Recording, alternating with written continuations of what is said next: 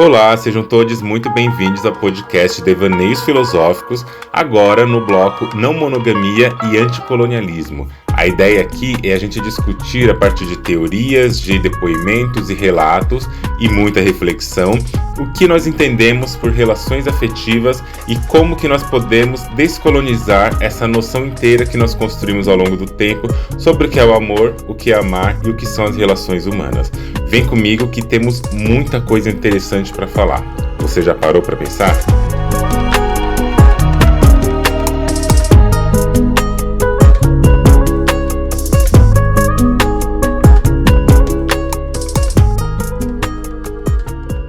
Olá, minha gente, como vocês estão? Cheguei aqui, 2026, o primeiro episódio do ano, aqui agora em janeiro, já 25 de janeiro. Minha gente, eu trouxe aqui um depoimento que, para recuperar essa grande coisa boa da gente poder trazer as conversas que vocês colocam lá no formulário, que está no link daqui debaixo da bio. O tema de hoje é interessante, ele é de certa forma bem delicado, porque a gente está falando de relações monorraciais, relações entre pessoas negras, no caso aqui hoje, e eu quero que vocês venham comigo para a gente pensar o que está envolvido nessa discussão. Por que nessa discussão nós temos muitos detalhes que a priori a pessoa traz como se fosse sobre não monogamia, mas que no fundo não é tanto sobre não monogamia. Para começar, eu quero dizer que é um relato bem longo, mas bem longo mesmo. Eu vou ler ele na íntegra, como eu falo para vocês. Mandem áudio se quiserem, mas se vocês mandarem texto e eu ler o texto aqui, eu gosto de ler o texto na íntegra, para deixar exatamente o que a pessoa trouxe e avaliar exatamente o que a pessoa trouxe. De antemão, eu já vou falar para vocês, eu não trabalho aqui com análises terapêuticas, clínicas, patologizantes. A ideia não é dizer o que você tem que fazer, a ideia não é dizer quem está certo ou errado necessariamente, mas a ideia é eu dar a minha opinião andreônica sobre o caso e ajudar aqui a gente a pensar a respeito e vocês nos comentários, compartilhando lá no Instagram, nos stories, deixar a opinião de vocês. Aqui a conversa é essa, tá? Eu não detenho a verdade absoluta. E o relato de hoje, ele é de uma pessoa que se nomeia como Maia. É um nome fictício, Lá no formulário eu peço para vocês escolherem um nome, porque acho que fica mais pessoal quando eu chamo vocês por um nome, e é um nome que vocês escolhem. Então, aqui é a Maia, é a mulher, usa os pronomes ela, dela, se considera uma pessoa agnóstica, heterossexual, uma pessoa parda, do estado do Rio de Janeiro, doutorado incompleto, e Maia tem 30 anos. O relato de Maia diz o seguinte, abre aspas. Olá, sou uma mulher negra de 30 anos, cisgênero, heterossexual e estou numa experimentação não monogâmica pouco mais de 1 ano e meio. Durante esse período, criei afetos, entre eles um rapaz com quem me relacionei por em torno de 11 meses, que fazia parte do meu círculo social. E logo de cara, eu percebi que ele praticava muito ghosting comigo. Amigas minhas que se relacionam com ele haviam comentado sobre, inclusive. Mas eu não me importava porque a nossa química era boa. Ele era de outro estado, enfim, não era uma questão para mim, porque a gente também tinha pouco contato e eu não tinha sentimentos profundos por ele. Só que isso foi mudando. Os meses foram passando, a gente foi se envolvendo e eu verbalizei que queria mais atenção e ele tentava se esforçar, mas vacilava muito. Ele tinha um problema muito grande de comunicação que ele verbalizou que tinha e tratava em terapia. Eu tentava ser compreensiva, especialmente por ele ser um homem negro, o único com quem eu me relacionava e por quem eu era mais apaixonada, mas ocorriam coisas do tipo. E aqui, Maia vai elencar algumas coisas por números. Então, quando eu for falar com vocês, eu vou falar 1, 2, até o item 4, que foi ali onde Maia colocou, tá bom? 1. Ele levou uma moça para um evento onde eu estava e essa moça ficou muito próxima de mim e em determinado momento rolou uma situação muito chata. Essa moça, branca, óbvio, insinuou que eu a roubei. Apenas entre nós, mas me deixou muito mal da mesma forma. Ela colocou uma bolsa dela nas minhas coisas, fiquei tentando encontrar o dono, perguntei num grupo de WhatsApp, depois ela disse que colocou durante a noite anterior e me avisou, mas isso não ocorreu. E quando a devolvi, ela disse que estava sentindo falta de algo de muito valor que não estava ali. Sei que não estava porque abri para ver se descobria alguma informação que me levasse ao dono. Depois, uma amiga minha, de quem ela também se aproximou, me disse que ela contou que estava insegura porque achava que eu estava dando em cima do cara e essa minha amiga estava acobertando. Então, foi algo motivado por ciúmes. Acabei descobrindo que ela era um afeto dele. Algo que eu já tinha meio sacado, mas fiquei numa boa. Ainda assim, o confrontei e perguntei por que ele não me avisou e deixou que a situação chegasse nesse ponto, mesmo sabendo que ela tinha questões. Mas ele disse que já tinham terminado e que não sabia que ela ia ficar com o nosso grupo. Passou. Eu achei que ele poderia ter evitado e que chegasse nesse ponto, se ele me alertasse antes. Mas compreendi que ele não era culpado de fato, não tinha obrigações de me contar. 2. Em uma outra situação, a gente tinha combinado uma viagem e ele disse que o pai dele ia acompanhar a gente em parte dela. Mas acabou que o pai dele ficou com a gente o tempo todo, em quarto separado, claro. Mas nos acompanhou em todos os programas. O pai dele era um cara muito legal, então deixei pra lá. Mas assim, acho que isso tinha que ter sido conversado, porque tirou muito da nossa privacidade. 3. Ele veio para o meu estado para deixar um afeto dele no aeroporto e iria aproveitar para me ver. Aí eu perguntei: pô, você vai chegar aqui na quarta-feira e vai ficar com ela, né? Então a gente se vê na quinta, certo? E ele: não, a gente se vê na quarta, porque só vou deixar ela no aeroporto e depois fico livre. Se não for um problema para você, vou para aí. Chegou na quarta, ele avisou à tarde que estava na estrada, mas não chegou nunca. Aí eu perguntei à noite: tá chegando? E ele disse: fui na praia com a menina, tava super bom e que naquele momento estavam no hotel descansando e que na verdade o voo dela era só no dia seguinte, que ele se enganou. Poxa, ter me avisado quando percebeu. Eu perguntei antes para evitar esse tipo de situação, inclusive. Isso me deixou magoada pela ausência dele, minha expectativa e pelo que não fiz para estar à espera dele.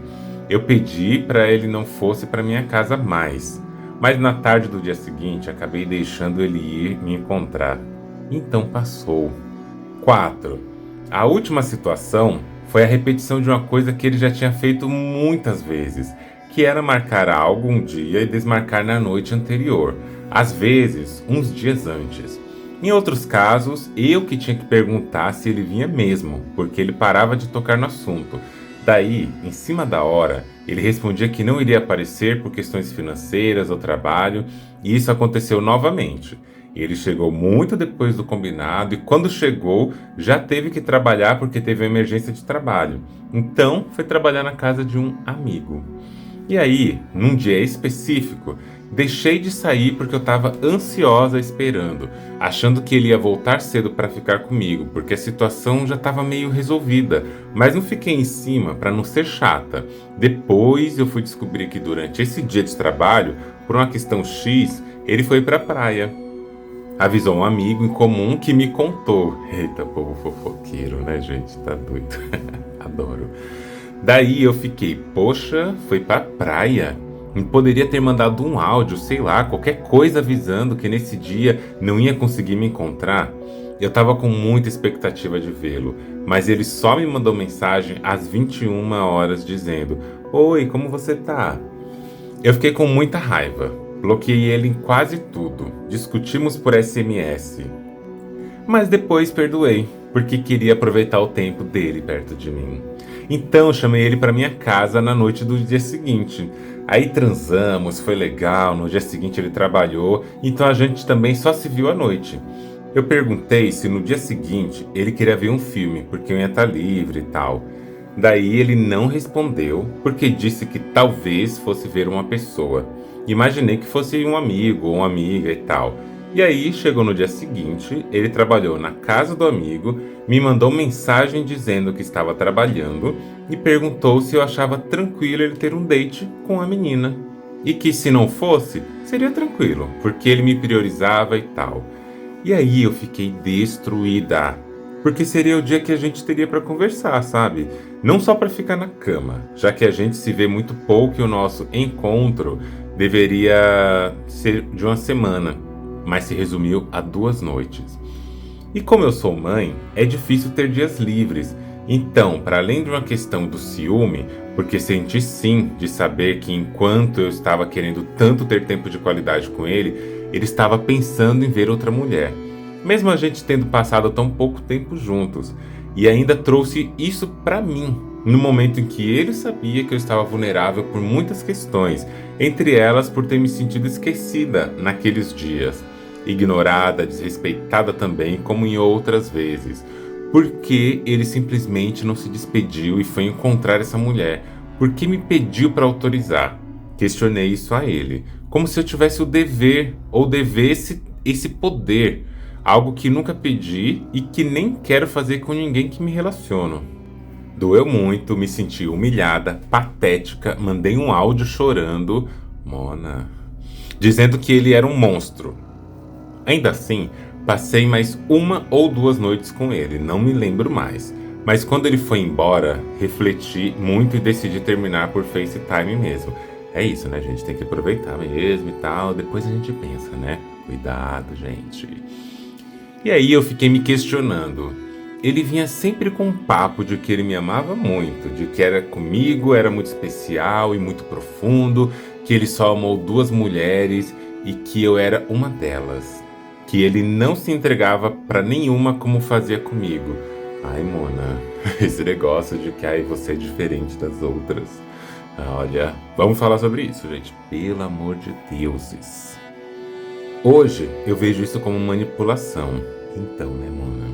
Assim como eram outras coisas do tipo: ai, eu nunca terminaria com você, sempre tentaria dar um jeito da gente se resolver. Aí eu fico me perguntando, gente, pela paixão, vale a pena ficar se submetendo a tudo isso? Não, Mona, não vale. Eu tinha crises de ansiedade absurdas por causa dessa situação com ele. Nenhum outro homem com quem me relaciono já fez essas coisas comigo. São outros 3. E se fizessem, eu provavelmente teria me afastado muito antes. Gente, esse detalhe é importante, hein? Nenhum outro homem com quem me relaciono fez essas coisas comigo. São outros 3. E se fizessem, eu provavelmente teria me afastado muito antes. Guardem isso. Mas como eu estava muito apaixonada, era muito doloroso me afastar dele. Aí, eu quero muito ouvir sua análise. E se possível, escutar isso no podcast. Cá estamos, meu bem. É hoje, então. Para me ajudar a elaborar melhor isso tudo, para eu entender o que aconteceu, porque continuo acreditando que a monogamia não é para mim, mas acho que permiti muita coisa porque eu acreditava que talvez precisasse desconstruir certas coisas, vícios monogâmicos talvez. Ainda que eu considere que a não monogamia envolve respeito, cuidado e responsabilidade afetiva. Então, esse meu pedido é para ajudar a me fortalecer, porque eu não quero mais voltar a me relacionar com esse cara, mas ele continua tentando voltar e vamos nos esbarrar em contextos da vida porque ele faz parte do meu círculo social. Também quero ajudar outras mulheres a não ignorarem o sinal e cortarem relações assim antes que já estejam muito envolvidas e apaixonadas, como ocorreu comigo. Obrigada pela oportunidade e pelo seu trabalho. Eu amo e aprendo muito com você. Ai, que fofura. Obrigada. Gente, eu vou começar assim, bem andrionicamente, tá? Hoje a Mama está aqui meio analisando essas conversas, mas eu quero falar com vocês algumas coisinhas que é muito importante da gente pensar aqui. E aqui eu estou falando de um lugar de uma pessoa negra, de uma travesti negra, que gosta de pensar as relações, que já tive muitas relações também acontecendo na vida, e a gente aprende, né? A gente aprende algumas coisas. E esse relato da Maia, Obrigada, Maia, por ter mandado esse relato, por ter confidencializado, entre aspas, aqui, porque, né, aqui é para jogar para o mundo. Então, você teve coragem, assim, de trazer essa questão importante para ser falada aqui. Obrigada por isso. É um relato bem profundo, cheio de muitos, muitos, muitos detalhes, apesar de também ser muito doloroso, né? E aí eu já começo te dizendo, Maia. Não é sobre um erro individual, não, tá? O que aconteceu no seu relacionamento, ele é sobre dispositivos. E aqui eu já começo te dizendo a seguinte coisa: apesar da sua preocupação em trazer a questão para ela ser pensada do ponto de vista da não monogamia, eu preciso te contar uma coisa. A não monogamia nem é o problema central daqui. Nem é, entende? O que está acontecendo aqui não necessariamente é sobre não monogamia. Talvez seja sobre monogamia, outras coisas, mas ela tem muito a ver com fragilidade social produzida sobre mulheres negras. Você é uma mulher negra. É sobre a masculinidade cisgênera, tá? É sobre esses detalhes de como as relações elas têm uma certa assimetria afetiva e os corpos que estão socialmente mais dispostos a vulnerabilidades sociais, mais necessitados de presença, cuidado, mais carentes de afeto e de tempo, serão os mais afetados mesmo, tá bom? E assim, o que parece aqui, ou melhor dizendo, o que aparece aqui, não é necessariamente um conflito de desconstrução e ciúme, tá? Como aparentemente você colocou assim nas suas falas. A questão é mais uma relação atravessada por uma irresponsabilidade afetiva meio que sistemática, sabe? E que está sendo mascarada por um discurso progressista, terapeutizado, amoroso. É como eu comento em um outro texto que está lá no meu blog, e que esse texto está sendo expandido num livro que vai sair em abril.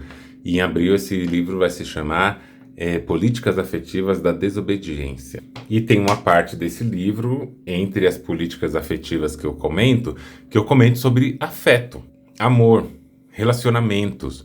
E ali eu falo sobre um texto que está disponível no blog e eu expando esse texto, trago mais problematizações. Lá no blog o texto se chama A Temporalidade da Conquista.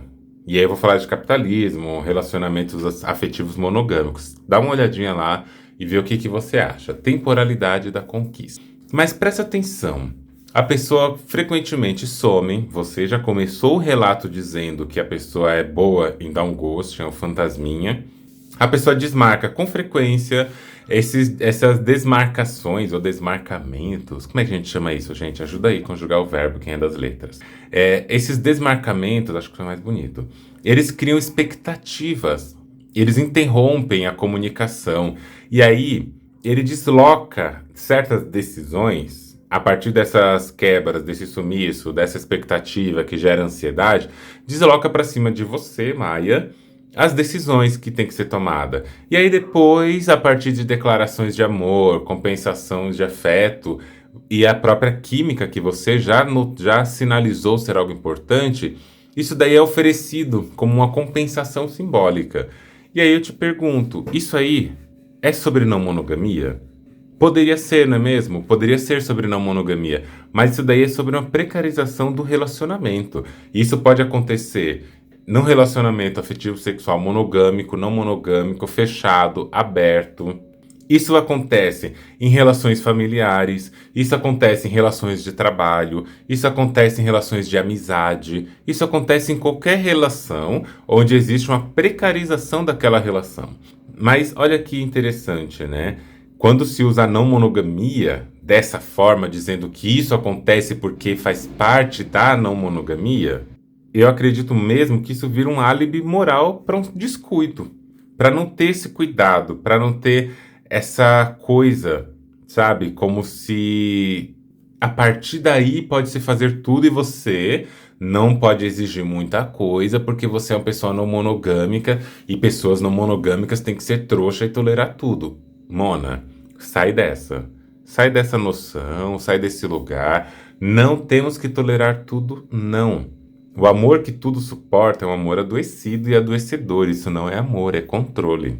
O amor que diz que você tem que suportar tudo é um controle, uma certa produção da descolonização do afeto, que diz que você tem que aceitar tudo em nome dessa descolonização e que não está levando em conta marcadores importantes, é também um problema a ser pensado, tá? Não cai nessa, por favor, nem você, nem qualquer pessoa que está me escutando aqui. Nós temos limites, nós temos condições de operação, nós temos condições de atuar na vida e precisamos entender que condições que são essas. Ai, porque na não monogamia não pode isso, aquilo, tem que ser. Quem foi que falou isso? Onde vocês estão lendo? Que manual de não monogamia é esse que a gente está vendo? Para a gente poder fazer uma leitura sobre a não monogamia que seja de um campo da desobediência, a gente precisa entender a monogamia, a sociedade tal qual ela está colocada, para a gente não cair em certas armadilhas, tá? E entre coisas muito mais interessantes ainda que Maia vai trazendo, tem um relato aqui, uma parte aqui da conversa, que vai falar sobre o afeto que eu poderia falar disso, sobre o afeto como uma certa tecnologia de controle. Mas isso que seria muito e casaria muito com tudo isso que eu acabei de dizer. Mas eu vou precisar fazer um salto. Eu acho que antes disso, pensando aqui com os meus botões, eu quero falar sobre algumas coisinhas que, inclusive, apareceram recentemente nas redes sociais. Eu fiz um vídeo no Instagram sobre isso, que é sobre raça, gênero e assimetria de tolerância.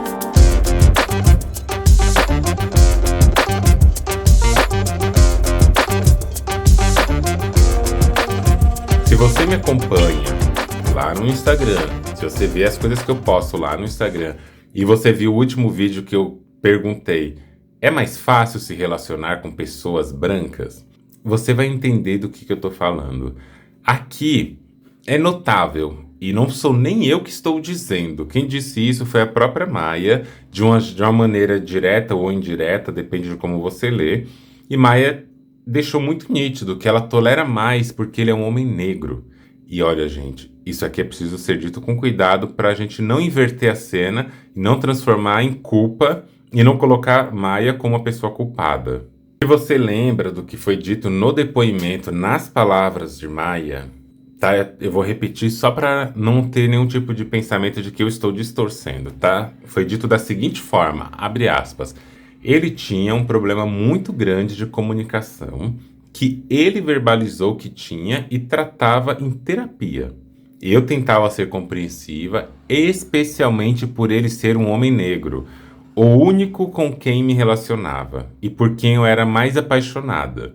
Mas ocorriam coisas do tipo. E aí ela vai elencar as coisas do tipo lá, né? Fecha as aspas. E mais pro final, Maia disse também a seguinte coisa, abre aspas. Nenhum outro homem com quem me relaciono já fez essas coisas comigo. São outros 3. E se fizesse, eu provavelmente teria me afastado muito antes. Mas como eu estava muito apaixonada, era muito doloroso me afastar dele, fecha aspas. E eu pedi para vocês guardarem essa informação, lembra? Aqui a gente tem um detalhe que eu acho muito importante, que mulheres negras pensem sobre isso na nossa sociedade. A gente sabe que a sociedade onde a gente vive, ela promove o desejo pelo branco, ela promove o desejo pelo embranquecimento, pelo desempretecimento das relações, e o branco é vendido como um grande lugar de cuidado, um grande lugar de afeto, afago, mas muitas vezes também o branco, em se tratando de mulheres negras, de travestis negras, o branco acaba sendo aquele lugar onde, por alguma razão, e eu chamaria de culpa branca, esses brancos olham para essas mulheres negras e querem sobre elas também, junto com qualquer coisa que possa ser afeto ou não, querem também exercer um pouco de branquitude, né? Exercer um pouco do salvacionismo branco. Olha como eu amo essa pessoa negra, olha como eu sou desconstruído, tô até com uma pessoa negra. Não, eu não tenho racismo não, me relaciono com uma pessoa negra, com uma mulher negra, etc e tal. Existe sim, né, esse lugar que a sociedade tenta resumir em palmitagem, mas que são muitas camadas envolvidas para que a gente chegue falando só de palmitagem, entendeu? A grande questão é que a gente também, quando a gente vai desenvolvendo uma política mais sobre os nossos afetos, quando a gente vai conhecendo um pouco mais sobre a sociedade e aprendendo as violências que chegam nas relações interraciais com pessoas brancas, a gente também tende a buscar um pouco mais uma relação afetiva, que seja uma relação afetiva que tenha coisas parecidas com a gente. A gente quer, como pessoas negras, se relacionar com a outra pessoa negra, porque o racismo que vem das relações com pessoas brancas, eles são inúmeros, eles são imensos, eles são muito grandes, né, para a gente ter que lidar com isso tudo. E a gente vai desenvolvendo características, dinâmicas, metodologias para lidar com isso. Mas no caso aqui, é interessante porque Maia tolera mais as coisas que acontecem porque ela tolera mais ou ela tolera mais porque é um homem negro? Nesse vídeo que eu coloquei no Instagram, a questão já é uma outra. É um homem negro que fala que se relacionar com mulheres brancas é mais fácil. E aí eu questiono, é mais fácil porque é mais fácil mesmo? Ou é mais fácil porque a pessoa negra é despolitizada, no caso o homem negro, né? É despolitizado, não repara nas coisas e tem uma tolerância muito maior à branquitude dessa mulher do que à negritude da outra. Acho que isso vale a pena a gente pensar, né? Não vou colocar lenha na fogueira, pelo menos não muito, mas esse homem desmarca tanto quanto desmarca com você, com essas mulheres brancas, porque você falou naquela cena, né, que você diz, uma mulher branca, é claro. Isso quer dizer que aparentemente esse cara se relaciona com muitas mulheres brancas, né? Pelo tom que você colocou, posso estar enganada e fazendo julgamentos apressados, mas é isso. A grande questão é, Maia não erra necessariamente por estar com um homem negro. Ela está eticamente sensível ao racismo e isso não é só bonito, isso é importante, a gente ter essa sensibilidade e também falar, não, eu quero amar homens negros. A gente precisa aprender a desejar e construir afetos por pessoas que se parecem com a gente. A gente cresce o tempo todo sendo taxadas de pessoas que são sujas, que são ruins, que não podem ser amadas, que não podem ser bonitas, que não podem ter inteligência, que não podem falar o que pensam. E aí, nessa jogada, né, de não poder falar nada disso, de ser sempre um objeto descartado e inútil e relegado a um campo que nem é da humanidade, um campo da animalização mesmo, ou só do fetiche, da objetificação sexual, ou só mesmo do campo do prazer, sempre no sigilo, que a gente acaba aprendendo que nós não somos desejáveis. E é meio que uma lógica, né? Se a gente acredita que nós não somos criaturas desejáveis, que nós não temos condição de ser amadas e de amar, como que a gente vai olhar para um outro ser que parece com a gente e vai desenvolver afeto por essa pessoa? Isso é muito difícil. Isso geralmente nem vai acontecer. A gente vai olhar o outro, o branco, como um referencial de beleza. Quando a gente começa a entender o nosso lugar, quando a gente começa a se amar, quando a gente começa a aceitar a nossa negritude, isso tende a mudar. Quando a nossa negritude não é mais um defeito de cor, quando a nossa negritude se torna algo que é, afinal de contas, como deveria ser, bonito, legitimado, algo que pode ser vivido com dignidade, a gente também consegue passar a olhar as outras pessoas negras dessa forma. Então eu diria que Maia, possivelmente, eu não sei como que é no contexto geral e não vou aqui dizer sobre uma pessoa que eu não conheço, né? Tá eticamente sensível ao processo da racialização, isso é importante. Só que pensa, essa sensibilidade, ela pode ser explorada, tá? No sentido ruim, eu tô dizendo, ela pode ser explorada por outra pessoa, inclusive por uma pessoa negra. Porque veja bem, ela segura dor para não reproduzir uma violência racial. E enquanto isso, a dor dela é segurada por quem? Conta pra mim. Porque presta atenção, lá no começo, né? Aquela mulher branca entra na cena acusando Maia implicitamente de um roubo, que pra mim nem é tão implícito assim. Ela não protege essa mulher, elas não são protegidas, não se antecipam, não reparam. O racismo atravessa a cena e ele se omite, ele some e fica ali. Some assim, no geral, né? Porque na percepção de Maia aquela coisa fica, tanto fica que trouxe no relato, né? A palavra não desapareceu, ela só não foi verbalizada, trouxe aqui agora. E a grande questão nessa coisa toda para a gente refletir é: a gente tem que ser complacente com o homem negro só porque ele é um homem negro? Porque assim, né, acho que é uma falsa simetria que a gente tenta estabelecer entre o sofrimento que o homem negro tem e o acolhimento que ele deveria ter. Pois bem, o homem negro, ele vive em uma sociedade que realmente explora, viola e mata esses homens negros. Isso aí a gente nunca teve dúvida. Nunca teve dúvida. Mas e uma mulher negra? Uma mulher negra que, além de tudo, ainda ganha menos que esse homem negro. Uma mulher negra que, além de tudo, está sujeita a violências sociais como o racismo, o estupro, a desigualdade de gênero e que pode ser violentada a qualquer momento. Quem protege essa mulher? A travesti negra. Que, além de tudo isso que eu falei para a mulher negra, a travesti negra ainda tem a transfobia como uma outra camada. E aqui ninguém está falando sobre criar uma corrida de opressão, ver quem sofre mais. É sobre a gente balizar o lugar que a gente está. Porque o que acontece é, esse homem negro, ele vai passando quando ele não tem uma racialização, quando ele não quer olhar para si, quando ele usa da própria questão da raça, do gênero para querer se valer e querer se desconstruir, que eu acho necessário, né? Embora desconstruir é uma palavra meio batida, mas eu acho necessário que ele acorde para a vida. Tem também um outro detalhe que é muito importante nessa jogada toda. Esse homem negro, ele aprende a olhar para as mulheres como transferência de cuidado. Uma transferência de cuidado.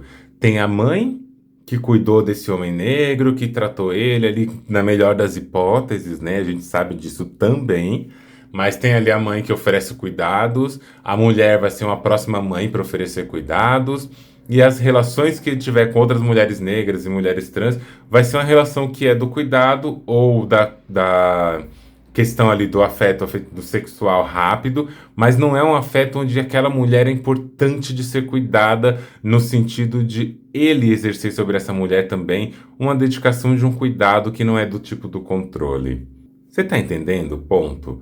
A questão é, por que um homem negro a gente vai suportar, tolerar tudo? Primeiro, né? Eu até falo muito a palavra tolerar nesse vídeo do Instagram, mas eu falo ali porque é mais didático, né? O Instagram não me dá tempo de falar com detalhes o tanto de coisa que eu gostaria. Mas a gente tolera dor, a gente tolera barulho, a gente tolera bebida alcoólica, a gente tolera drogas no corpo, a gente tolera níveis de sedação. É isso que a gente tolera. Coisas que estão ali excedendo a questão, que estão ali passando do limite que a gente precisa em algum momento tolerar ou não. A gente suporta aquilo que está pesado. Ninguém precisa suportar uma coisa que não está sendo pesada, que não está precisando de um suporte de fato. Então, assim, nas relações a gente não tem que criar essa lógica de afeto baseado na suportabilidade, baseado na tolerância. A gente não tem que ficar tolerando coisa, a gente tem que viver a coisa. Já não basta a gente ter que tolerar a vida com racismo. A gente precisa desenvolver, né, tolerância ao racismo para que isso também não nos coloque no sofrimento psíquico totalmente devastador, embora seja difícil escapar disso. Agora, no relacionamento, a gente também vai fazer isso. No relacionamento, a gente também vai ficar colocando sobre nossa vivência, sobre o nosso desejo, sobre a nossa vontade, todos os males, todas as dores em conta, numa conta que você, Maia, e outras Maias, né, nesse mundo vão ter que pagar essas contas, enquanto a outra pessoa não se movimenta nesse rolê, enquanto a outra pessoa ela só é colocada num campo onde ela é permitida viver. Não é assim que funciona, tá bom? A gente precisa olhar para isso com cuidado. Esse sentimento, né, de que existe uma culpa que recai sobre a pessoa que se relaciona com a pessoa negra.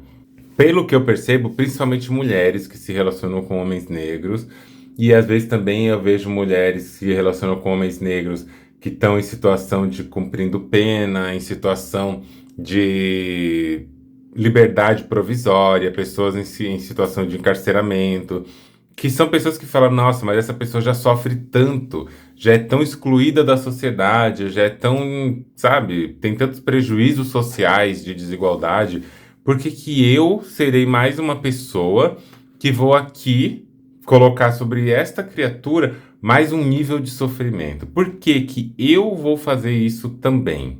E, obviamente, preciso reiterar, eu não estou falando que a gente deva ter baixa expectativa ou que a gente não deva ter atenção devida com essas pessoas que são pessoas negras e pessoas em situação de vulnerabilidade mais avançadas, né? Eu estou dizendo que a gente precisa também não pactuar com o próprio sistema que sustenta essas coisas. Homens negros precisam aprender também a enxergar mulheres, enxergar pessoas de modo geral, como pessoas que também têm ali atravessamentos. Tem uma turma aí de homens negros, inclusive, falando que tinha que ter cotas para homens negros nas universidades, falando que os homens negros são os que mais sofrem racismo social e que na base da pirâmide eles são as pessoas mais prejudicadas. Mas e na relação homem negro e mulher negra? Não é considerado esse marcador de gênero na vivência heterossexual para quem ainda vive nesse regime?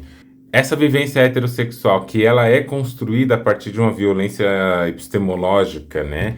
A heterossexualidade é uma compulsão social. Eu já falei isso em outros episódios. A heterossexualidade é um grande problema, de modo geral, porque ela precisa da desigualdade de gênero e de sexualidade para ela acontecer. Ela não é natural, ela não é uma coisa que você olha e fala, uau, isso daqui é tudo que eu preciso. Não, ela é feita dentro de um regime e esse regime ele é produzido também para sustentação da cisgeneridade e para manutenção da monogamia. Então não tem nenhum orgulho heterossexual na parada, gente. Com todo respeito, entre aspas, tem nada disso não. E aí, dentro da questão racial, como que a gente se relaciona nesse processo da raça, a mulher negra numa relação com o homem negro, e ela ainda tem que se culpar por ela ter que cuidar demais. É como se o homem negro fosse para sempre essa criança que tem que ser cuidada, sendo que a gente sabe que existem sim vários problemas de sociabilização, onde o homem negro não é estimulado a pensar os seus afetos, seus desejos, a sua afetividade, uma afetividade castrada em vários momentos. O homem negro não tem espaços para poder vivenciar a emoção, vivenciar o seu cuidado, vivenciar a sua fragilidade, mas isso não é justificativa, isso é explicação. E a gente precisa separar, na hora que está olhando para essas questões e para esses acontecimentos, o que é justificativa de um fato e o que explica aquele fato. Na maioria dos casos, o que a gente vê são explicações. O mundo ser machista, racista, ser totalmente objetificador com o próprio homem negro, isso explica o fato desses homens negros terem esse comportamento mais encrudecido, deles não aprenderem a amar uma mulher negra de outra forma que não seja um amor que preste cuidado a eles, não aprender a desejar essas mulheres de um lugar que seja respeitoso e exercer ainda sobre elas o machismo, toda a misoginia que acontece socialmente. Isso aí está explicando, isso daí é explicado pelo racismo social. Isso aí é explicado pela maneira como, nas mídias, no cinema, nas propagandas, nas comunidades, o homem negro é tratado como um lixo. O homem negro é sempre tratado da pior maneira na sociedade. Escravização, na maneira de lidar com as próprias emoções. Ele é sempre representante de algo ruim. Isso daí explica essas questões. Mas isso não justifica. Ou a gente olha para essas explicações que são dadas e analisa do ponto de vista que não dá para sustentar isso mais e se une na nossa própria comunidade, ou a gente vai ter que viver aceitando as explicações como justificativas. E aí a gente vai ter um problema, não é? Então a minha questão aqui é, esse ponto é sensível, é importante, mas para você, Maia, para outras mulheres negras que estão aí escutando, para pessoas trans que estão escutando, não é porque a gente se relaciona com uma pessoa trans, com uma pessoa negra, e etc., que a gente deva, só por isso, assumir que essa pessoa ela pode errar o tanto quanto ela quiser. Porque eu acho que aí também, de um modo mais aprofundado, a gente comete umas análises também ruins, porque a gente está deduzindo que aquela pessoa ela é incapaz de qualquer coisa, porque é uma pessoa com deficiência, é uma pessoa trans, é uma pessoa negra, é uma pessoa isso, é uma pessoa aquilo, então ela não sabe lidar com as próprias emoções, ela não tem habilidade de lidar com isso. A gente reduz a pessoa ao próprio estereótipo, à própria condição que ela tem, sendo que a gente tem que partir do pressuposto de que as pessoas pensam sim. As pessoas sabem o que elas querem e a gente precisa conversar com elas diante disso. É uma pessoa com neurodivergência? É uma pessoa racializada, não branca? é uma pessoa gorda, é uma pessoa com crianças, é uma pessoa de classe social baixíssima, a gente não tem que olhar para essa pessoa e deduzir, ah, essa pessoa nunca vai conseguir entender as próprias emoções porque ela é isso. Não, a gente não precisa tornar essa pessoa totalmente um objeto de inanimado, não. A gente precisa dar a essa pessoa o que ela já tem direito de ser. Ela tem direito de falar por ela e a gente vai conversar nisso. Fala assim, olha, entendo essas questões, mas vamos conversar aqui. Quais são as suas pautas, os seus limites, as suas necessidades, porque as minhas são essas. E aí a gente vai ver se isso se encaixa. Porque senão, imagina só, a mulher negra, a travesti negra, vai vivendo essa vivência aí social, pensando aqui nesse contexto super hétero, tá, gente? Pelo amor. Nem são as grandes preocupações da minha vida, não. Mas eu acho que é importante a gente falar sobre isso, já que temos muitas pessoas heterossexuais por aí, né?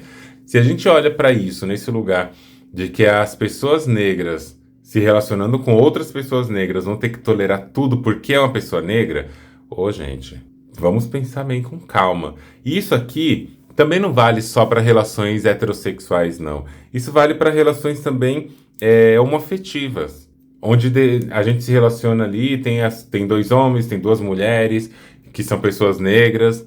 E aí, como é que fica?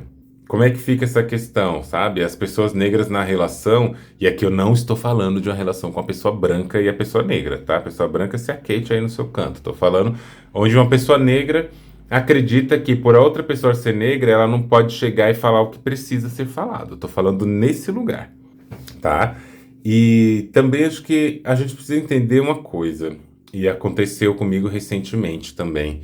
É uma situação bastante ruim, na minha opinião, mas que é pra gente pensar sobre como que a gente lida quando são duas pessoas negras com vários marcadores sociais ali envolvidos. Uma vez eu estava na casa de uma pessoa, uma mulher negra, que tinha vários marcadores sociais ali com ela também. Então era uma mulher negra, eu, uma travesti negra, em um outro estado, né? E aí eu estava nesse outro estado, na casa dessa pessoa, conversando, a conversa escalou para algum lugar de incômodo dessa pessoa, e a pessoa começou a falar muito alto, falar de um jeito muito agressivo comigo, e eu disse a fatídica frase do tipo: olha, você está sendo violenta comigo sem necessidade. E aí, essa pessoa ficou muito puta, ficou muito brava, porque, ah, agora então eu tô sendo agressiva com você. É sempre assim, a mulher negra nunca pode falar o que tá pensando porque ela já é agressiva demais. E aí começou a elevar o tom ainda mais, e ficou de pé e começou falando com muita braveza e falando coisas do tipo: não, porque agora eu sempre fui muito boazinha com todo mundo, Andreone. Eu sempre fui boazinha com todo mundo, mas agora eu vou falar sim, eu vou falar o que eu penso sim. E aí começou a falar umas coisas que a conversa estava sendo muito tranquila, até antes de escalonar para esse ponto. E a pessoa começar a brigar e eu falar, e eu tava falando no mesmo tom que eu tô falando aqui com vocês, tá? Eu juro, não estou mentindo. E aí a pessoa levantou e falou tudo isso, e aí eu parada, sentada naquele sofá, à noite, 3 da manhã, no outro estado de São Paulo, não tinha o que eu fazer ali, porque eu estava naquela casa, que é a casa da pessoa, na relação de poder onde a assimetria estava posta ali. Eu olhei para aquilo tudo, e eu sou muito fria por dentro quando eu preciso planejar o que eu tenho que fazer, né? Eu olhei para aquilo tudo e falei: gente, eu tô aqui, na casa dessa pessoa, não tenho o que fazer neste exato momento, não posso nem pegar meu voo e ir embora, porque no dia seguinte eu já tinha pacientes para atender às 8 da manhã, eu tinha que engolir aquilo. Sabe por quê? Porque não existe lugar seguro para pessoas trans dentro da cisgeneridade. E quem que estava ali diante de mim? Uma mulher negra. Uma mulher negra com quem eu estava me relacionando naquele momento. E o que que eu vou fazer ali? Eu entendo, sabe, que realmente é o que a gente escuta sempre. Uma pessoa negra vai falar e vai dizer o que pensa com um tom mais forte. Ai, porque você é agressiva. E tudo vira agressividade, né? E é cansativo. A gente tem que lidar com isso o tempo todo. A gente tem que lidar com esse lugar onde a gente sempre tem que ser a pessoa boazinha. Não sejam pessoas boazinhas. Não sejam pessoas gentis. Não sejam isso o tempo todo. Mas eu acho curioso que essa pessoa que recebe afrontas o tempo todo no seu trabalho, no dia a dia, na sociedade, nas redes, em todo canto, o momento que ela decidiu que ela não seria mais boazinha foi ali, naquela sala às 3 da manhã, onde eu estava vulnerável, e foi com a travesti negra, sabe? É sempre melhor e sempre mais fácil ser agressiva e ser dona de si quando você está diante de uma pessoa que está abaixo de você socialmente. Quando a pessoa está abaixo de você na grade social, na pirâmide social, aí é fácil você ser assim, né? Eu fui eleita para ser a pessoa a partir da qual ela não ia mais aguentar nada, não ia mais guardar nenhuma palavrinha. Mas eu não me arrependo de ter ficado calada, no meu canto, porque a gente que é trans, a gente aprende a se proteger. E às vezes o silêncio é a nossa proteção. Porque eu não ia entregar o que estava sendo solicitado ali, consciente ou inconscientemente, que era também a minha raiva, que era também o meu rancor, a minha ira, a minha braveza, para inclusive justificar a reação da pessoa. Eu não ia fazer isso. Eu não ia ser a pessoa que ia chegar lá e discutir no mesmo tom, para depois ser a pessoa que ia ser chamada de quê? A monstra, agressiva, aquela pessoa que foi ali e que estava na casa dela e que na casa dela foi agressiva com ela. Eu não ia fazer isso porque eu não sou idiota. Mas aí eu quero dizer isso, né? Era uma pessoa trans, eu, né? E uma pessoa cis, a outra pessoa. Eu vou olhar para aquilo e falar assim, não, é uma pessoa negra, eu entendo. Não, não quero entender, não. Não quero entender, a gente não tá mais juntas hoje, que bom. E a mesma coisa vale quando é um homem negro e a mulher negra. Esse homem negro que já sofreu tantas coisas na vida, na hora que ele tiver que descontar, essa mulher negra vai ser o auge. O auge do descontamento. Eu não sei nem se existe essa palavra. Então a gente precisa analisar detalhes por detalhes para a gente não se submeter a isso em outros momentos, para a gente não cair nessa outras vezes. É um homem negro? É um homem negro. Mas ele tem que entender também que você é uma mulher negra. Ele tem que entender de onde que você tá. E aí, quando você fala que, no caso, né, com ele, que isso não acontece com outras pessoas com quem você se relaciona, e que se acontecesse, você talvez ou provavelmente teria se afastado antes, etc. Pense bem, sabe? O homem negro também tem uma responsabilidade na relação, que essa responsabilidade também é antirracista. Não acho mesmo, de fato, não acho que a gente tem que sair por aí falando, não, nenhum homem negro presta, eu vou ficar com os homens brancos por isso. Porque aí também tem essa coisa, né? A gente tolera mais o homem branco, em modo geral, sabe? É bom a gente também ter esse espaço para chamar para essa conversa, para esse homem negro também entender. Não somos professoras de homens negros, mas também acho que é um lugar desses homens negros pensarem essa responsabilização.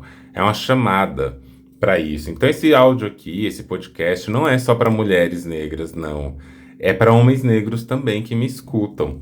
É preciso tomar frente nesse processo antirracista. É preciso tomar a frente não só intelectualmente, pensando as grandes garras do racismo na sociedade como um todo, mas pensando isso dentro das relações afetivas. E não falo relações afetivas sexuais, relações afetivas. Como que esses homens negros estão se relacionando com as mulheres, com as crianças, com as famílias, com as próprias emoções. Como que esses homens negros se relacionam com a grande mídia, com a sociedade, para que não caiam no engodo social também e para que não se coloquem na situação de que a mulher negra sempre vai ser vista como algo inferior a ele. E aí eu não sei, sabe, gente, quando a gente olha para isso também, a grande questão é, esses homens negros, eles fazem isso com essas mulheres negras justamente porque eles sabem que ali vai ter aquele cuidado o tempo todo? Tem isso também, né, quando a gente está falando de relações que são abertas, não necessariamente não monogâmicas, mas abertas, onde existe esse lugar em que ele saca quem que tem mais tolerância com ele. Quem que, nessas palavras que eu falei lá no começo, né? Quem que suporta mais essas questões que o homem negro faz? É a mulher branca? A mulher branca vai tolerar que ele desmarque tanto? A mulher branca vai aceitar tanto ghosting? Vai ficar criando tanta expectativa ou vai substituir em 1 minuto? Essas coisas a gente também tem que pensar, né? Será que a mulher branca tolera isso tudo? E aí você é um porto seguro de que não quero terminar com você. Por que não quero terminar com você? Porque você é onde eu estarei caso ninguém me aceite. Tem tudo isso, um monte de coisa pra gente pensar.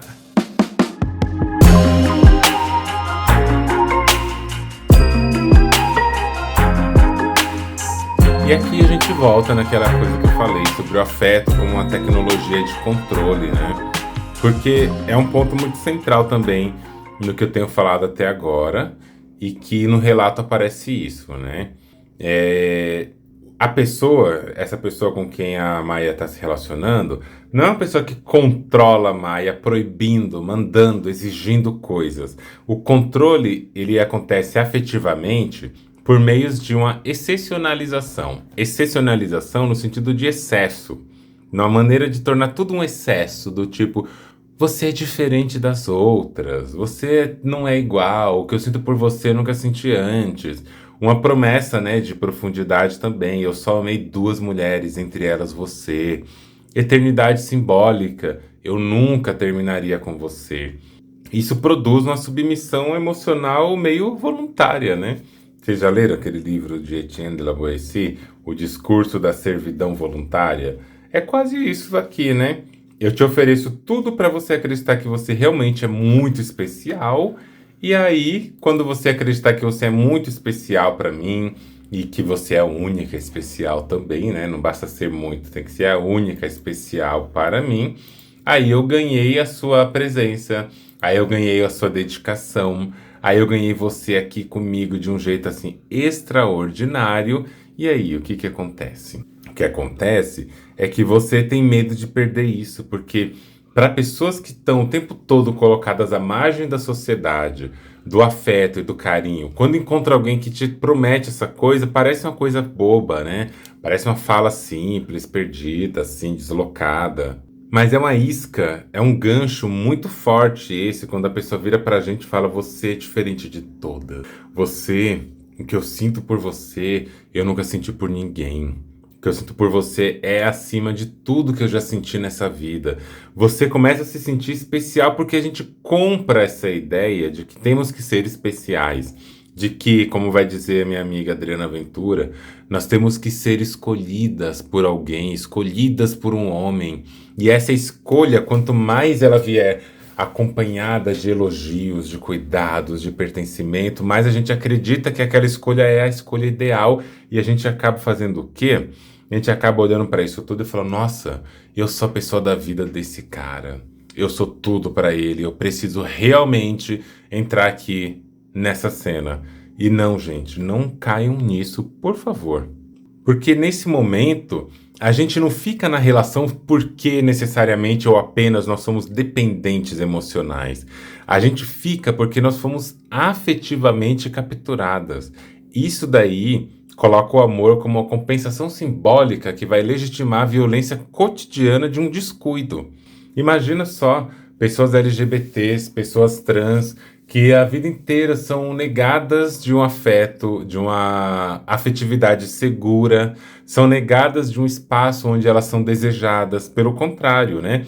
São frequentemente colocadas como um amor inapropriado, frequentemente postuladas como pessoas que não poderiam amar do jeito que elas são. O corpo é inadequado, o desejo é inadequado, o modo de se comportar é inadequado, é tudo inadequado nessa sociedade ridícula. Mas aí essas pessoas vão crescer aprendendo isso. Elas vão crescer aprendendo que o jeito que elas sentam é errado. Igual uma pessoa que eu conheci que me contou que o jeito que ela sentava era um jeito que ela gostava, se sentia confortável, mas toda vez que ela sentava de um certo jeito, o pai da pessoa chegava e batia na perna dela para ele, no caso, na época, para ele ter que sentar de um jeito certo. E xingava, porque aquele jeito era errado, era coisa de maricona, de viado e tudo mais. E aí até hoje, passados seus mais de 30 anos, essa pessoa tem dificuldade de sentar com a perna cruzada, porque ela, toda vez que ela senta, ela escuta algo que proíbe ela sentar daquele jeito, e ela já se arruma de um jeito que não é com a perna cruzada. Mesmo hoje, não precisando da proibição, porque esse pai nem tá mais presente com ela, tá longe, tá em outro estado, essa pessoa ainda tem, ela se lembra daquele efeito traumático e ela se comporta daquele jeito. E aí você imagina que você vai chegar num lugar e esse lugar vai tornar você uma pessoa dependente emocionalmente, só que mais que isso, uma pessoa que te trata de um jeito: ai, você é tudo pra mim, eu te amo, eu só amei duas mulheres e você é uma delas. Você vai sentir isso de um jeito tão forte porque não é parte da sua realidade. Uma pessoa que é amada, uma pessoa que é cuidada, que tem uma rede afetiva mais segura, não acredita nisso. Mas quem é que tem essa rede assim? Onde estão essas pessoas, né, afetivamente seguras para a gente pensar sobre isso? Esses dias, acho que anteontem, mas foi essa semana aí agora. Agora é domingo, né? Foi ao longo da semana que passou. Teve um vídeo na internet de uma mãe e um menino. Eu não entendi bem de onde que era a história desse menino, se esse menino ele foi adotado ou não, ou se essa mãe que mudou o comportamento naquele instante daquele vídeo, ou um pouco antes. Mas a mãe e o menino estavam fazendo um geladinho. Aqui em São Paulo a gente chama de geladinho, mas tem outros lugares que chama de juju, e tem lugares igual o Rio de Janeiro que chama de sacolé.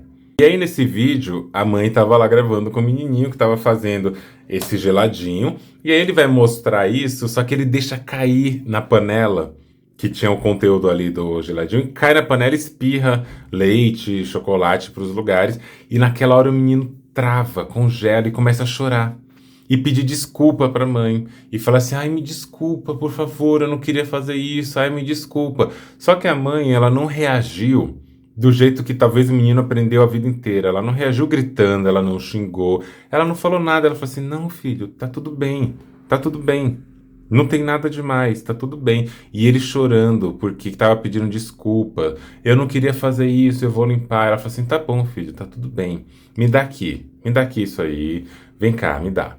Aí pegou, ou tirou o geladinho de dentro da panela e foi pegar um pano para secar o geladinho. Depois foi pegar um pano para limpar e ele falou assim: ai, mas vai cair, vai sujar aqui. E ela falou: tá tudo bem, não tem problema, a gente limpa. Não, mas tá caindo leite, não tem problema o leite assim, não tá ruim porque sujou. E ele querendo, né, fruto de aprendizados que ele teve traumáticos ao longo da vida, que não tem um lugar de quebrar essa cadeia traumática, ele estava esperando o quê? Um tapa, ele estava esperando um xingamento, ele estava esperando tudo de ruim, não porque ele queria, mas porque é o que ele aprendeu a esperar. E aí aquela mãe acolhe aquele momento, ela acolhe aquela situação, e depois ele vai contando, né, que ele achou que ela ia ficar brava, que ela ia brigar, e assim, assim, assim. Então a gente vem de uma vida traumatizada, e esse exemplo se encaixa bem nisso, porque como pessoas negras, como pessoas trans, como pessoas LGBTs, a gente vem de um processo social historicamente traumatizante para nossas afetividades, para o nosso afeto, para o nosso modo de estar no mundo, para o nosso desejo. E aí, quando isso chega em uma relação, a gente está esperando sempre o pior. E aí uma pessoa vem e promete e faz diferente daquilo, ela não nos pune. Ela não grita com a gente, ela não nos xinga, ela não nos maltrata. E a gente fica maravilhada, porque é o que a gente merece, né, gente? Só que qual que é o lance aqui? O lance é que quando a pessoa também faz isso de um modo descuidado, ela faz isso também no modo da manipulação. Porque uma vez que eu sei que você é afetivamente traumatizada, né? A vida é assim. Infelizmente, muitas de nós somos traumatizadas. Muitos que me escutam aqui são pessoas que foram traumatizadas ao longo da vida. Todos aqui estamos nesse lugar possível, né? E acho até que por vocês escutarem devaneios filosóficos é porque vocês são traumatizados mesmo. Com todo respeito, né? Porque quem vos fala também é. E aí o que é que acontece?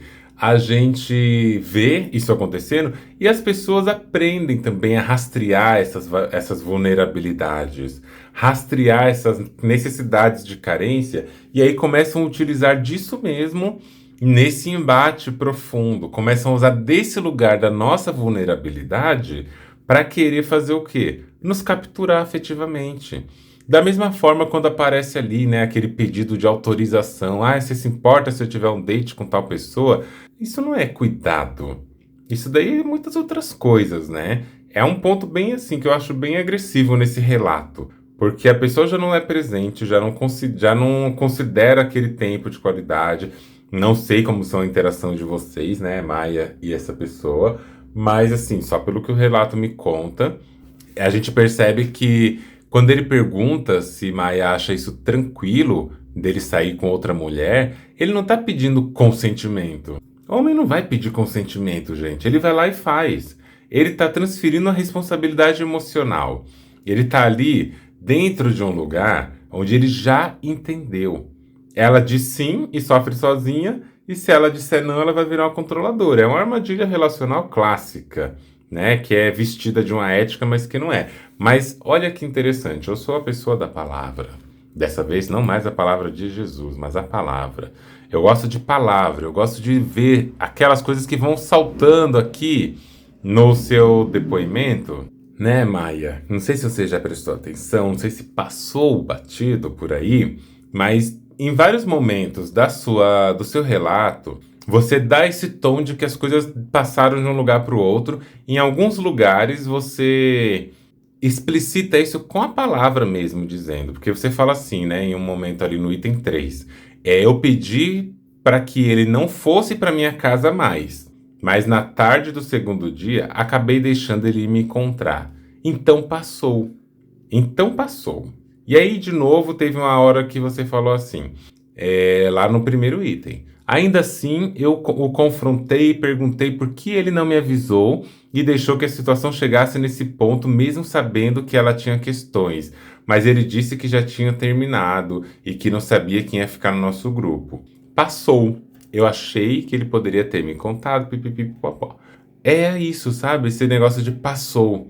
A gente fica deixando as coisas só passarem, mas é preciso pensar o que que essa passagem significa. Significa que a gente entendeu, significa que aquilo não é mais um problema pra gente, significa que a gente consegue lidar com aquilo, não é mais uma questão que nos atrapalha, ou significa que a gente elevou o nosso nível de tolerância. E aí, com esse nível de tolerância mais elevado, a gente conseguiu dar conta, só que não dá conta dessa situação. Enfim, acho que vale a pena, né? A gente ficar com esse ponto, ficar com essa questão, porque e agora, gente? O que que você vai fazer? Passou, e aí? Então, eu acho interessante a gente tomar esse lugar para prestar atenção nesse detalhe mesmo, né? O que que você está deixando passar na sua relação para que você tenha que dar conta de tudo? Quantas coisas você está, em vez de entendendo e compreendendo, apenas tolerando e suportando para que essa relação realmente funcione? E aí outros detalhes, né, que vão acontecendo junto nesse processo.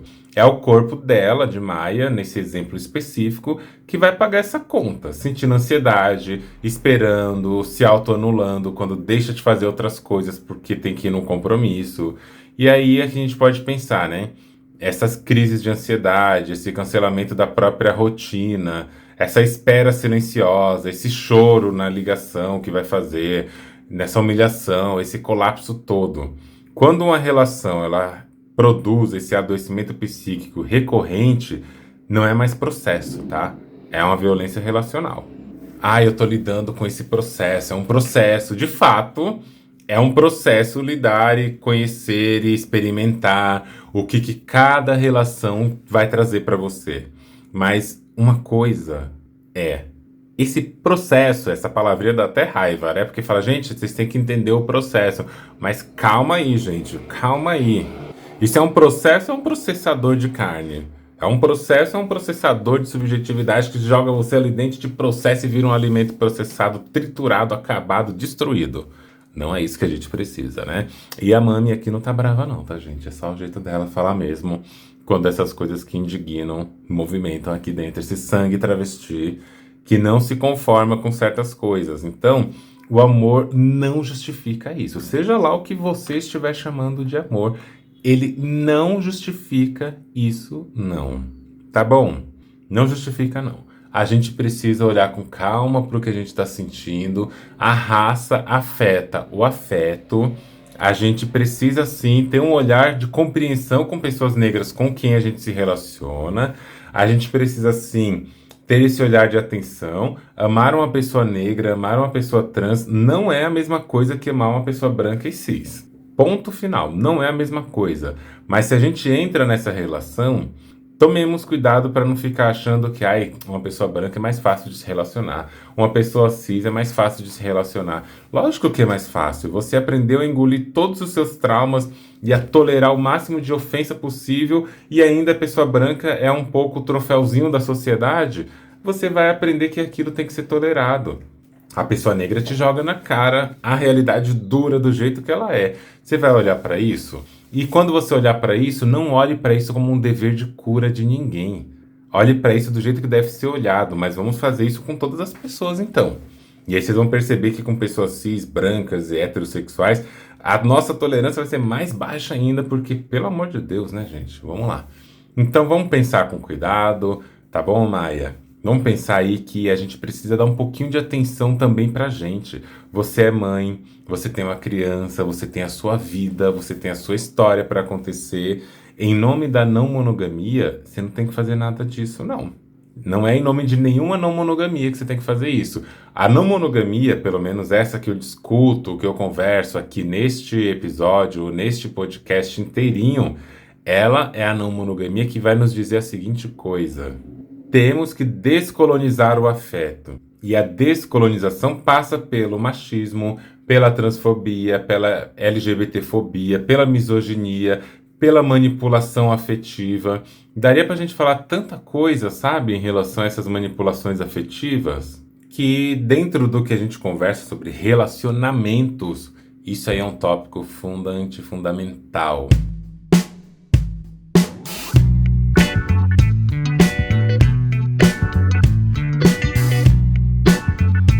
Por fim, minha gente, vocês que sempre muito resistentes, fortes e muito valentes esperam até o finalzinho, cá estamos, encerrando essa conversa. E eu acho que é importante falar uma coisa aqui, né? Terminar por Face App é errado? É covardia? Vocês terminariam por mensagem? Eu quero que vocês me digam isso. O que vocês acham de quem termina por mensagem? Você já fez isso? Você é aquela pessoa que termina por uma ligação? Que falar pessoalmente não rola, então você manda lá uma mensagem, uma ligação, um áudio, seja lá o que for para terminar. Como que é isso para vocês? Eu tô curiosa, de verdade mesmo, eu quero muito saber como que é isso para vocês, no dia a dia, nas relações de vocês. Vocês já terminaram por mensagem, por Face App, FaceTime, né? Não é Face App, FaceTime. O que é isso? Vocês conseguem me dizer? Me digam, conta aqui para mim. E, gente, faz esses podcasts girar, né? Compartilha nos stories de vocês, comentem, compartilha nos grupos que vocês frequentam. A gente faz aqui um trabalho voluntário, eu sei que vocês não pediram esse trabalho, né? Mas é um trabalho voluntário que eu acredito ser parte dessas minhas lutas sociais sobre conscientização, sobre levar a discussão. Então compartilha aí para ajudar mames. Né? Quem quiser ir lá no Apoia-se e contribuir financeiramente, ajuda muito também. Eu comprei uns equipamentos aqui, carinho, né? Mas eu comprei com carinho. Mas voltando aqui, galera, essa coisa de terminar por mensagem ou não, ela tem algumas coisinhas importantes de pensar, né? Muitas relações, principalmente quando ela é baseada nesse lugar de manipulação afetiva, ou quando a pessoa é aquela pessoa que chora na hora do término para te comover, ou quando é aquela pessoa que ela toca nos pontos fundamentais, que ela sensibiliza, que ela produz a culpa. E toda conversa presencial é uma conversa que é difícil terminar, porque nem todo mundo consegue chegar e falar um não na cara. E às vezes a gente precisaria saber fazer isso, mas nem sempre a gente consegue. A gente aprende tanto nesse exemplo que eu falei, né, do trauma geracional, tanto trauma, que a gente esquece até como falar o que a gente está sentindo. Então, às vezes, terminar por mensagem é o que mais funciona em alguns campos, né? Até mesmo como um campo de autopreservação. Porque é isso, a química é boa, tudo é gostoso, a pessoa faz tudo errado, mas no final a química e o sexo é gostoso. Aí você vai terminar, rola uma sedução, um chameguinho, você vai lá no fogo do sexo, no fogo no rabo, e aí beija, transa e tal, e naquele momento do gozo e tal, você fala, ai, passou. Acho que dá pra aguentar mais um pouco. E esse aguentar mais um pouco se estende. Então, também acho que não precisa se sentir culpada por isso não, tá bom, Maia? Por ter terminado por mensagem e tudo.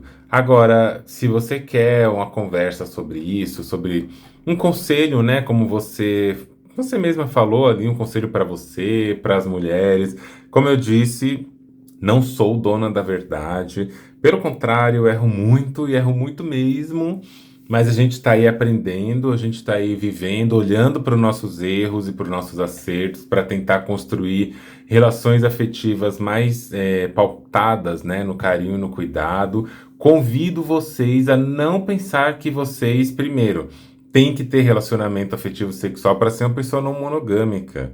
Não tem que ter um relacionamento afetivo sexual para que a sua vida vai valer a pena, sabe? E eu vi isso no Reels recentemente, eu vou falar aqui para vocês. Vocês ficam aí escolhendo muito, querendo a pessoa certa, não sei o quê, mas depois vocês vão acabar sozinhas.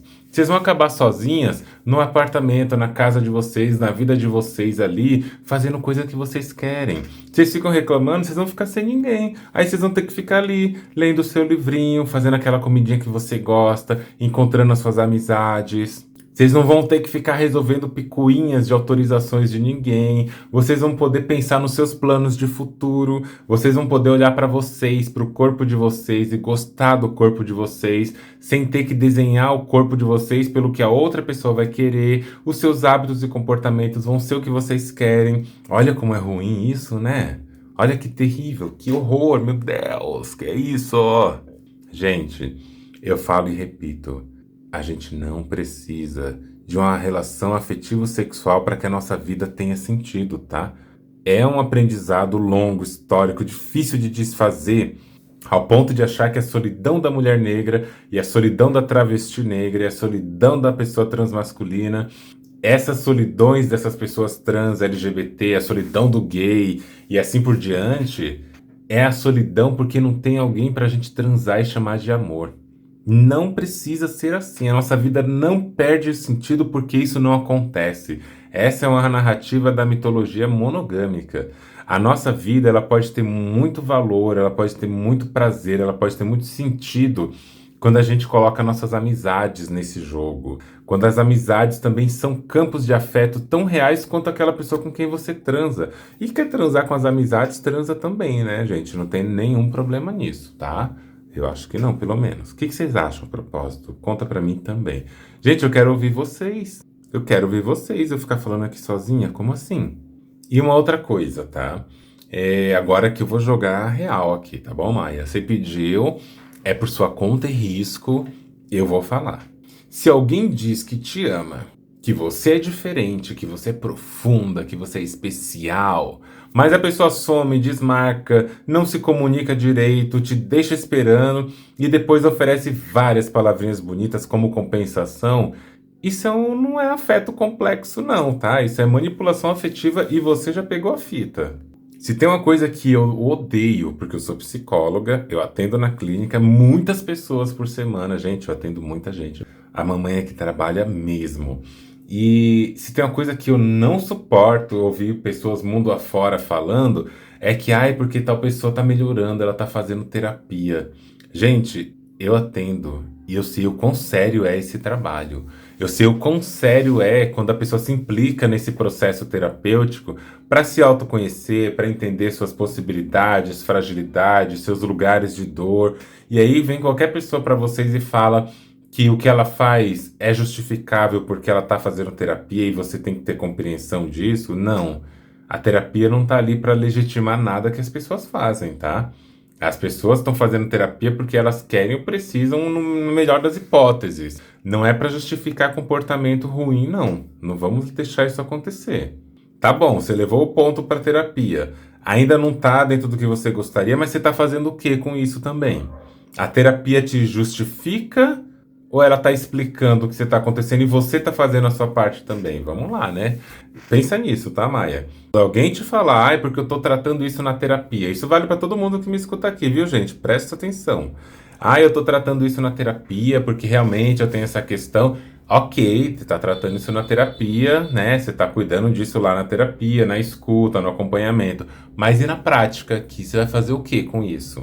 Você vai levar para onde essa discussão? Vamos levar para um lugar que nos ajude? Vamos caminhar de um lugar que faça isso se transformar? Ninguém aqui está aqui para curar ninguém. A gente quer caminhar juntos, a gente quer acolhimento mútuo, mas tem que ter mutualidade, tá bom? E aí, quando a gente está falando desse caso da manipulação afetiva, não acontece como controle direto, como eu já disse, é como a exceção. Aí vira aquela pessoa que, para quem tudo é um pedido de cuidado, mas quase nada é sustentado com presença, tá bem? E em relações não monogâmicas, sobretudo entre pessoas LGBTIA+, isso aparece quando a ideia de liberdade, né, eu quero viver o que a vida me proibiu, ela é usada para desresponsabilizar e quando pedir por cuidado vira um ciúme. Você não pode mais pedir uma coisa que é importante para você, senão você é ciumenta. E quando comunicar limite vai ser chamado de um vício monogâmico. E quando você começa a se perguntar se está sendo exigente demais quando você está pedindo o básico. Lembra aí, ó, fiquem atentos à seguinte coisa. Se você é quem sempre espera, se você adapta a sua dor para não parecer uma pessoa controladora, tóxica, problemática todo o tempo e só você faz isso, se você tolera mais porque uma pessoa é racializada, dissidente de sexualidade de gênero, marginalizada, enquanto a sua própria disponibilidade e vulnerabilidade fica sem amparo, presta atenção. Porque antirracismo, feminismo, transfeminismo, cuidados que vão levar em conta a vulnerabilidade, a ética, não exigem que ninguém adoeça para provar consciência política, tá bom? Desconstrução não é se abandonar. Se o corpo está te cobrando ansiedade, angústia, silêncio, culpa e etc., é porque algo talvez ultrapassou o seu limite e você precisa entender qual é o seu limite. De onde vem ele? Se ele é fruto de uma monogamia enraizada, fruto de um amor romântico enraizado, ou é fruto também das questões sociais que te atravessam. Afeto que não confunde, não terceiriza a decisão, não pede autorização para machucar, entendeu? A gente precisa disso, de coisas que não nos coloquem nesse lugar. E assim, tá? Lembrar desses detalhes não te faz menos livre, não te faz menos moderno. O que é moderno, gente? Menos ética, tá? Então assim, vamos viver, vamos estar nas relações, vamos criticar ao que está acontecendo, criticar a gente e prestar atenção no que nós podemos fazer.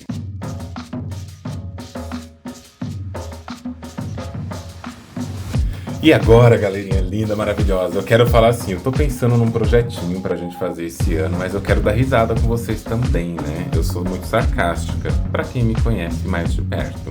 Eu sou irônica, debochada. Dizem, né? Eu não sei se eu sou isso mesmo, mas dizem.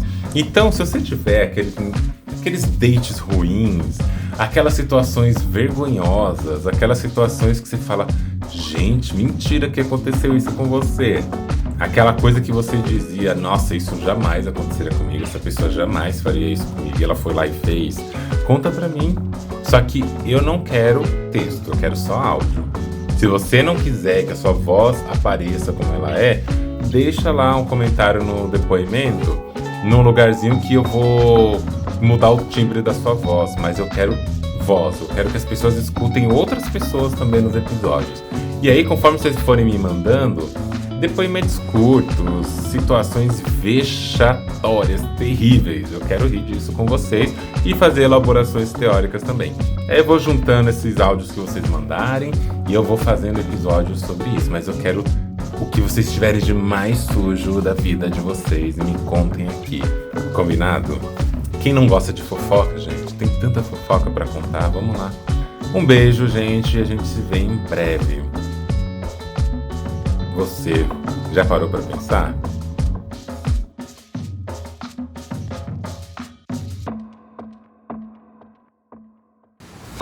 Então é isso, minha gente. Ficamos por aqui. Vejo vocês no próximo episódio. Não esqueçam de compartilhar esse episódio, todos aqueles que vocês acharam bonitinho. Compartilhem nos seus stories no Instagram, marca o meu perfil, andreone.medrado. Já aproveita também, né, para seguir o meu perfil. E se você quiser deixar o seu depoimento, se você quiser deixar um relato ou uma pergunta, você pode acessar o formulário que está no link aqui embaixo e você pode escrever a sua pergunta ali e eu vou deixar um espaço no formulário para você poder anexar também um áudio. Espero muito pela sua opinião, pelo seu depoimento e vamos juntos construir uma nova maneira de pensar na monogamia junto com todas as pessoas que estão aqui e ao redor de nós falando sobre descolonização das relações afetivas. Vejo vocês em breve, até um próximo episódio.